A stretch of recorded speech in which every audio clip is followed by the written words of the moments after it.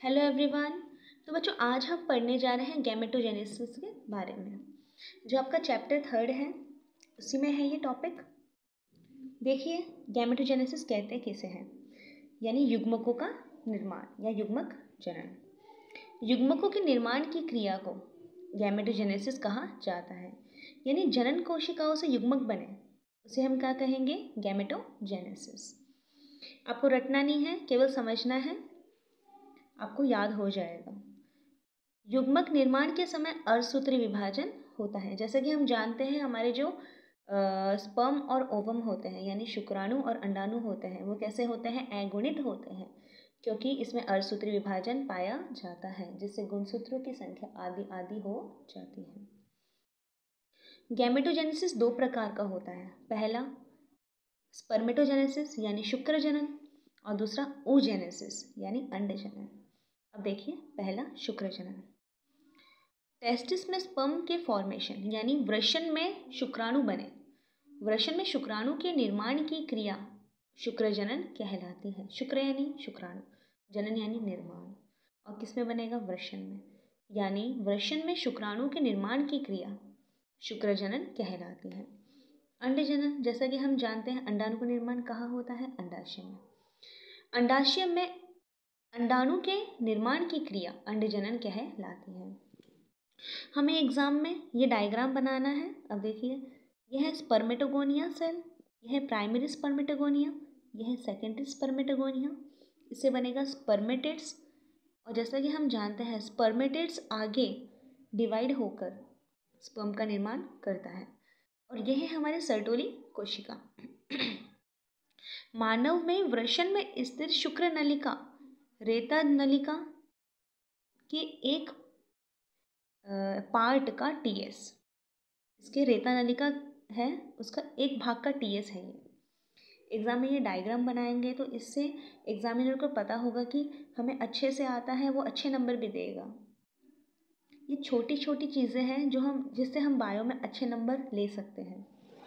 देखिए आगे, नर के किशोरावस्था में पहुंचने पर, जब नर किशोरावस्था में पहुंचता है तभी क्या होता है, शुक्र जनन प्रारंभ हो जाता है, यानी शुक्राणु के निर्माण की क्रिया प्रारंभ हो जाती है। इस दौरान नर हार्मोन का स्त्रावन होने लगता है, नर हार्मोन स्त्रावित होगा। शुक्र जनन एक सतत प्रक्रिया है। कैसी प्रक्रिया है, सतत प्रक्रिया है। ठीक है, आगे देखिए, ये दो भागों में बांटा जा सकता है इसे। पहला शुक्राणु पूर्व का निर्माण यानी स्पर्मेटिड्स, और शुक्र कायंत्रण।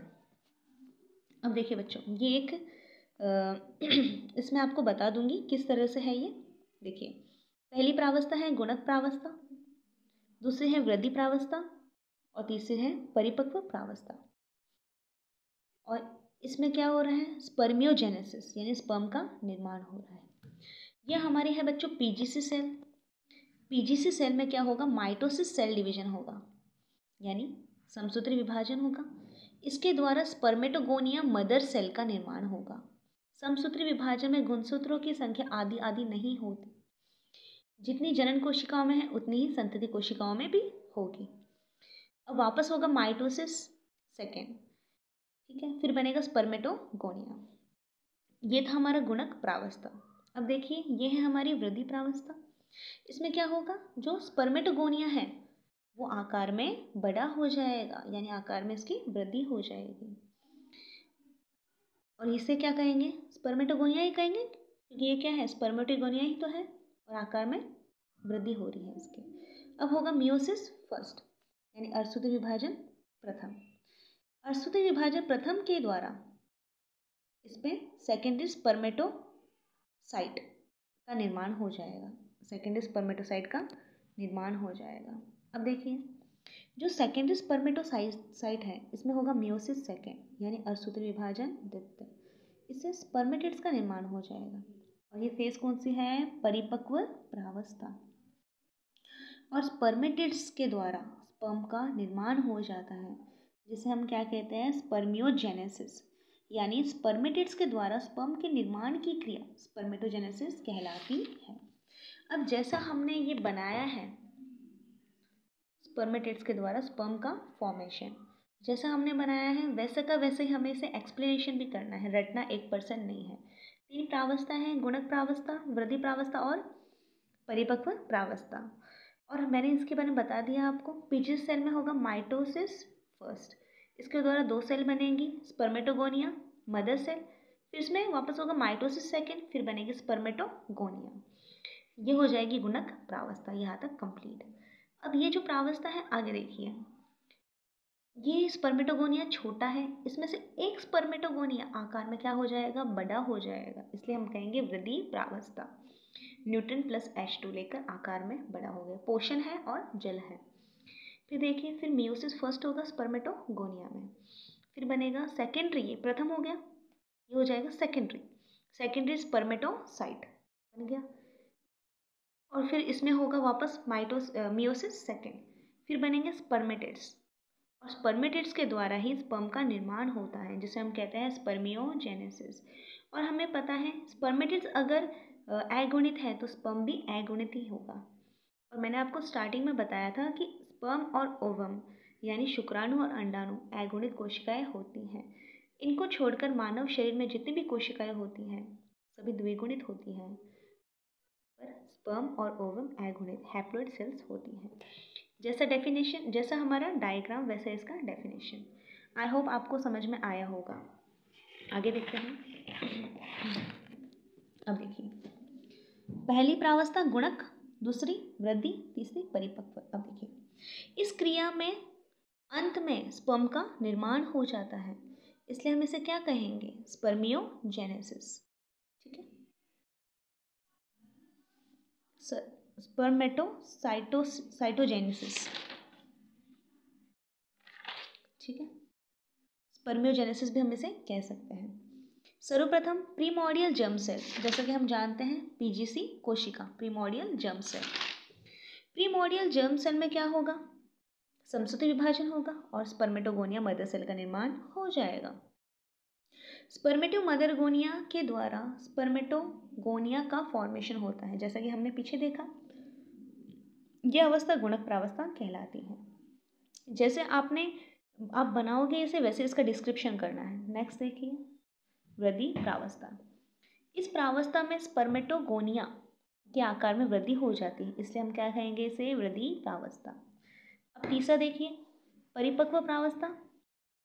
इस प्रावस्था में सेकेंडरी स्पर्मेटोसाइट समसूत्री विभाजन द्वितीय होता है, ठीक है, तथा स्पर्मेटिड्स का निर्माण होता है। अंत में स्पर्मेटिड्स द्वारा स्पर्म का निर्माण होता है, जिसे क्या कहते हैं, स्पर्मियोजेनेसिस भी कहते हैं। ये था हमारा स्पर्मेटिड्स के द्वारा स्पर्म का निर्माण।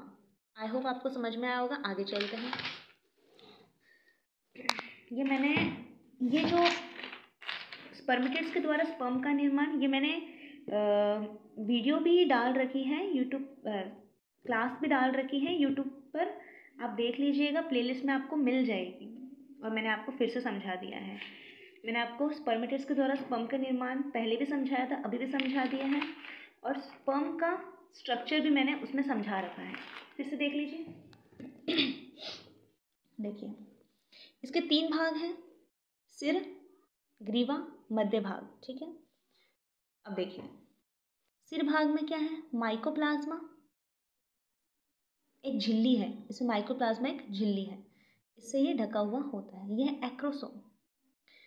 सबसे पहले हम देखेंगे स्पर्म की आकृति। देखिए, चम्मच के समान दिखाई दे रहा है, नहीं दे रहा? यानी हम कह सकते हैं मनुष्य में जो स्पर्म होता है उसकी आकृति एक चम्मच के समान होती है।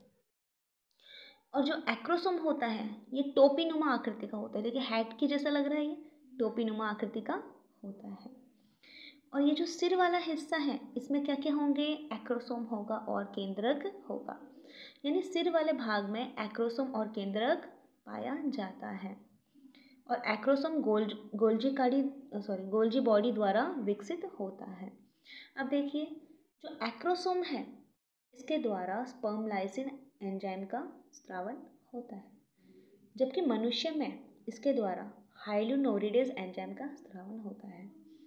इसका मुख्य कार्य, जो पदार्थ का स्रावन हो रहा है उसके द्वारा अंडाणु की भित्ति को गलाने में गलाने का काम करता है, जिससे जो इसका ये पार्ट है एक्रोसोम वाला पार्ट, यह आसानी से अंडाणु में प्रवेश कर जाता है, यानी भेदने का काम करता है ये अंडाणु की भित्ति को।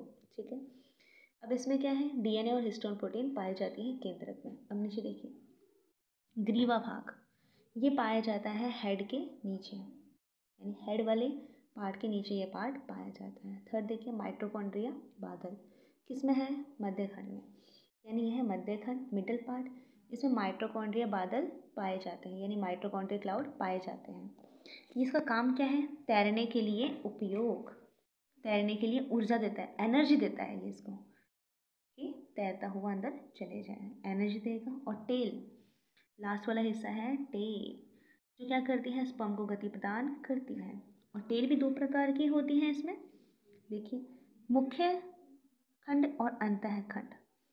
जो अंतः खंड है वो होता है अनावृत, यानी बिना ढका हुआ भाग है। तो ये थी बच्चों हमारी स्पर्मेटोजेनेसिस में हमने फॉर्मेशन ऑफ स्पर्म यानी शुक्र जनन हमने कंप्लीट कर लिया है। आई होप बच्चों आपको अच्छे से समझ में आया होगा। ये एग्ज़ाम्स में पूछा जाता है बच्चों, अच्छे से याद कर लीजिएगा। और मेरे पढ़ाने का तरीका और जो मैं मैटर आपको प्रोवाइड करवा रही हूँ बच्चों, आपको समझ में आ रहा है तो please like share and subscribe ज़रूर कीजिएगा, ताकि जो बच्चे 12th की प्रिपरेशन कर रहे हैं, यानी 12th बायोलॉजी जिनके हैं, 12th क्लास में बायोलॉजी सब्जेक्ट जिनके हैं, वो अच्छे से पढ़ सकें। ठीक है बच्चों, और उनके लिए हेल्पफुल हो सके ये वीडियो।